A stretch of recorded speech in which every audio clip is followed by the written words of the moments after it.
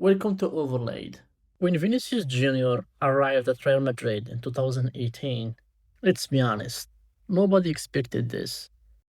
He was fast, fearless, and fun to watch, but also frustrating. Missed chances, bad decisions, poor finishing, fans were split. Some saw raw talent, others saw wasted potential. Back then, Vinny was just a kid, trying to survive. But season after season, something changed. He stopped just running and started thinking.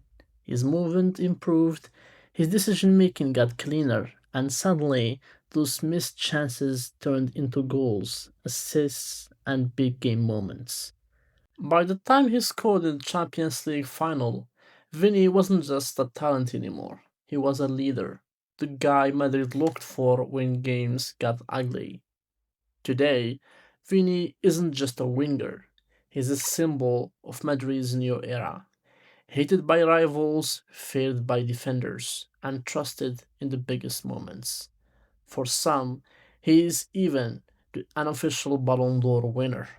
Vinicius that they do it a fantastic job, and in my opinion he deserved to win the golden ball. It was unfair in my opinion. But since that season, a lot has changed. The dynamic, the play style, that's including every player's responsibilities. And Vinny seemed to be the one who is the most affected. He seemed stuck in his old ways, forcing the same dribbles over and over again. And even the fans that once loved him wanted him out. What happened?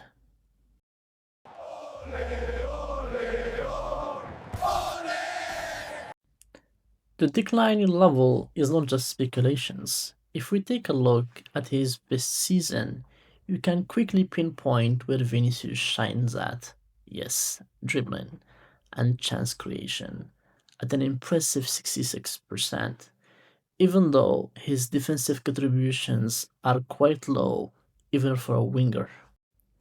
Comparing that to the following season, it was noticeable the lack of efficiency in Vini's game, reflected by a big drop in dribbling success rate, and somehow even his defensive stats got lower, making it by far the worst season for Vini since he joined Madrid.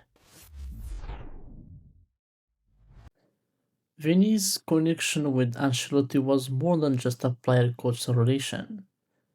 Ancelotti held a pretty high place for Vini, shielding him in and off the pitch. Vinicius is playing well with Real Madrid and not playing well with Brazil, they say. And that's why Brazil is not playing well. I'd say it's a general problem. It goes beyond his person. As for us, we're extremely happy with him. Ancelotti's mission for Vini was very simple, and yet very effective. Give Vini very limited defensive duties and pair him with a very defensive left back. This keeps the player fresh and a constant threat at any point of the game, applying massive pressure on the enemy's team backline and reducing massively his risk of injuries. Even though this plan was successful, the gameplay itself was not attractive at all.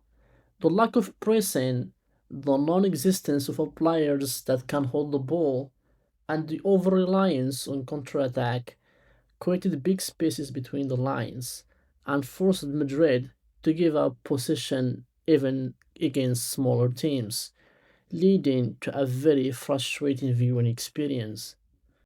It was clear from the get go that Xapi's mission is to introduce a new way of playing football, the modern way, that relies on constant movement for space creation and pressing.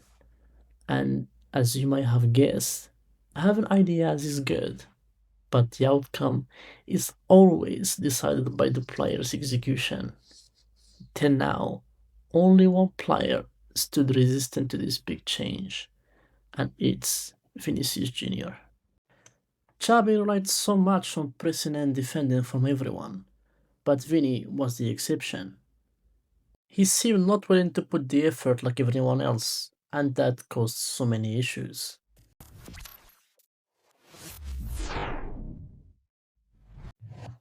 Vinny's negative attitude on the pitch, especially without the ball, is very hard to watch.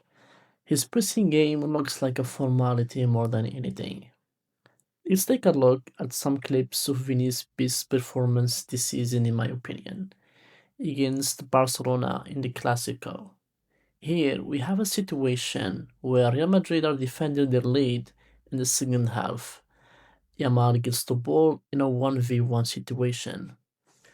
Carreras applied pressure, forcing him to commit at the cutting side, which is usually the moment where other teammates should capitalize on that and get the ball back, but not for Vinny. He seemed not willing to put the effort and just watched Yamal as he went past him. It wasn't until Yamal seemed undecisive that he decided to tackle him to get the ball back, which wasn't successful, making that whole Carrera's effort useless. There is always a hidden mini game between a winger and a right back. It's not always a defender defending and the attacker attacking. It's a dynamic that shifts, where both players have to attack and defend, depending on the game. Vinny sadly loses the defense part by default every time. Here, Frenkie leads a right side attack, where Vinny should be automatically scanning to know Kundi's position, to stop pass paths, and to cover if he decides to make a run, which obviously he is going to make. Vinny, unaware of the whole situation, just watched as it happened right next to him. You feel like Vinny is lacking this sense of danger and responsibility for his teammates when they need help defending. Here, for example, we have a situation where Yamal is recovering a ball, aiming for a 1v1 against Carreras, but Vinny is nowhere to be seen. In the dying minutes of the game, this is unacceptable. So many of these situations happened in the second half, giving Barca so much momentum on the right side. With Ancelotti losing control and simply relying on counter-attack was seen as okay, especially when you are ahead. For Xavi, that was a gamble he couldn't take, and quickly removed Vini from the pitch.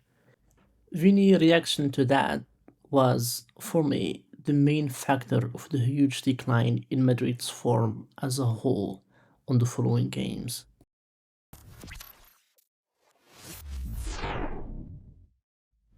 Behind Vinny's big smile, there is a constant need of love and appreciation. That's just how Vinny's is. That perhaps didn't require him to be performing well all the time before. But with Xabi, that's no longer the case.